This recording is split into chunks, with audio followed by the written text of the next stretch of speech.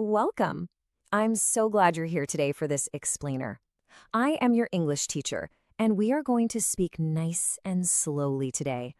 I'm going to use simple English so you can really understand every single idea we talk about. So, take a nice deep breath. Are you ready? Okay, let's just dive right in. Section 1, Beyond Laugh and Cry. Today, I promise you 5 real, deep English words that native speakers use every single day to talk about big emotions. I'm not going to tell you all of them right now, though. We're going to discover them one by one together. Let's go. So, our very first word is giggle. Giggle. Giggle. Try saying it with me in your head. To giggle is to laugh in a really light, silly way. It comes in these little bursts that you simply cannot stop. This usually happens when something is super funny, or maybe even when you're just a little bit nervous. It's a high, bright sound. Let's look a little closer at how this actually feels. Imagine you are sitting in class. All the children are at their desks, and they're trying so hard not to laugh, but they just can't help it. Little happy sounds keep escaping. For example, the girls giggled at the joke. Or imagine you just finished a really long day at work, and your friend tells a silly story. You could say, "We giggled together." Or maybe, "My brother giggled when he saw the funny dog." Or even, "We giggled in the library because we had to be quiet." It's just a light, happy mistake of a laugh. Well, that was our high, silly sound. But laughing isn't always loud, right? Let's smoothly move on and see how this builds into something a bit different. We're going to look at a much quieter kind of laugh. Our second word is chuckle. Chuckle. Chuckle. To chuckle is to laugh softly and low. It's a very quiet sound. Often you actually do this all by yourself. You're not trying to share a big joke with the whole room. You just feel a little bit happy inside, and a low sound just kind of comes out of your throat. Let's picture a small everyday moment. Imagine you're sitting on your sofa, all alone. The house is completely quiet. You look down at your phone and you read a funny text message from a really good friend. You laugh, just a little bit, under your breath. He chuckled at the text. You might also say, "My father chuckled when he read the newspaper," or "She chuckled at her own mistake."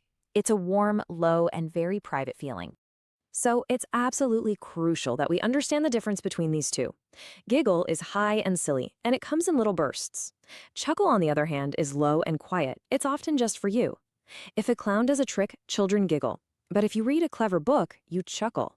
Make sure you keep these two separate in your mind. Section 2. The big silent smile.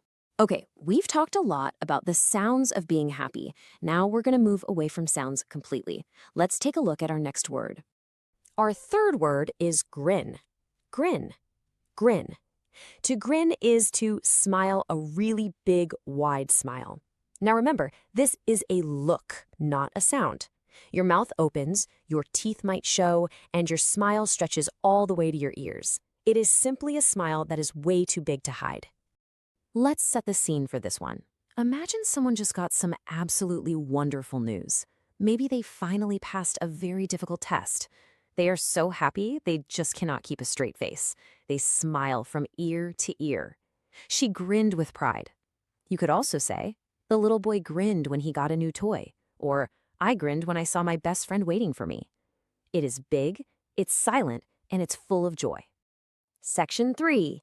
Loud and gentle tears. All right, we've spent some good time on the happy side of human feelings. Now, let's smoothly turn this explainer over to the other side of emotion, tears. Because crying has different words too. Our fourth word is sob. Sob, sob.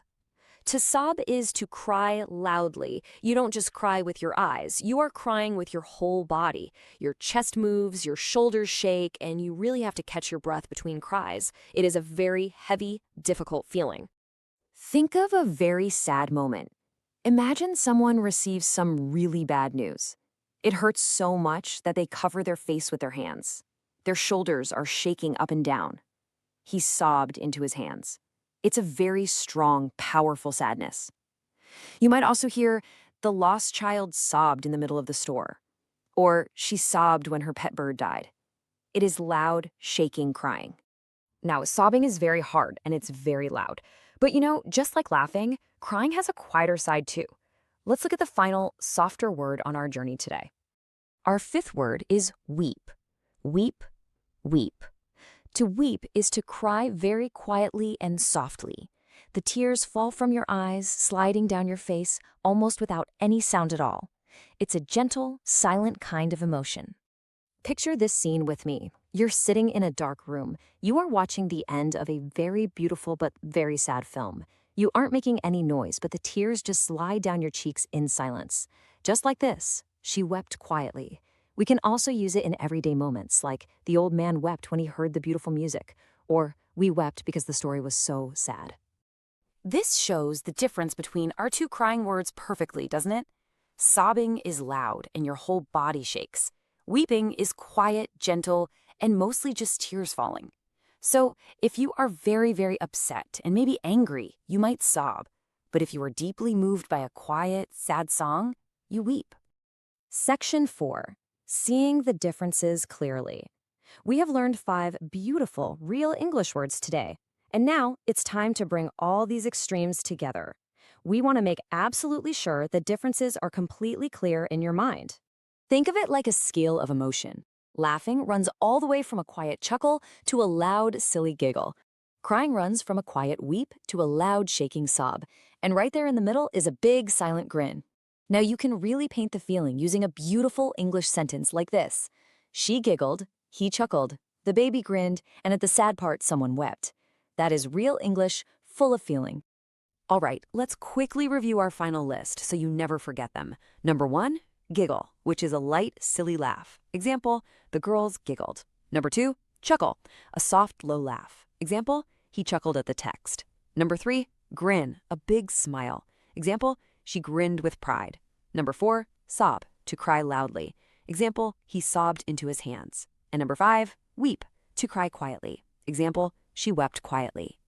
To sum it up, laughing runs from a chuckle to a giggle, and crying runs from a weep to a sob. Section 5. Lock them in your memory. You have done such a wonderful job today learning these 5 words. Remember, laughing and crying are both completely human and very healthy. Never feel ashamed of either one. Now I want to give you my best study advice on how to keep these words in your brain forever. To make these words truly yours, just follow these exact steps. Step 1. Shadow me. That means say every single word and sentence out loud right after I say it. Literally speak to the screen.